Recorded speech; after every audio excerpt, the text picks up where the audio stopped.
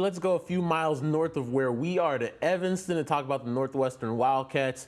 Pat Fitzgerald, I think a lot of people out there say has the best job security in all of college football, and he's been consistent over the years since he took over that job. But, they struggled last season. His calling card has always been defense. When you were up there in Evanston, what did you really learn about that defense?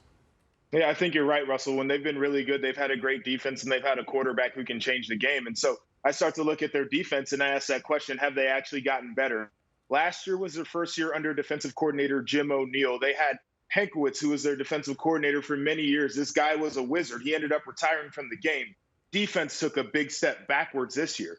I left their camp wondering how much did they actually get better in the offseason. And they're saying all the right things about how the players got in there early in the offseason. They wanted to get better. They pushed each other through the strength and conditioning program and into spring practice and then into summer training. But I haven't really seen the results. And one of the hard things about being at a place like Northwestern is that overall you're going to be a developmental program. Now, I think that they have some talented players in their secondary. They got a linebacker or two that I really like and a couple guys on their defensive line that are on the verge of being able to change the game. But as a whole, they've got to work with guys for 2 or 3 or 4 years before they can become those Big Ten players that we're used to seeing.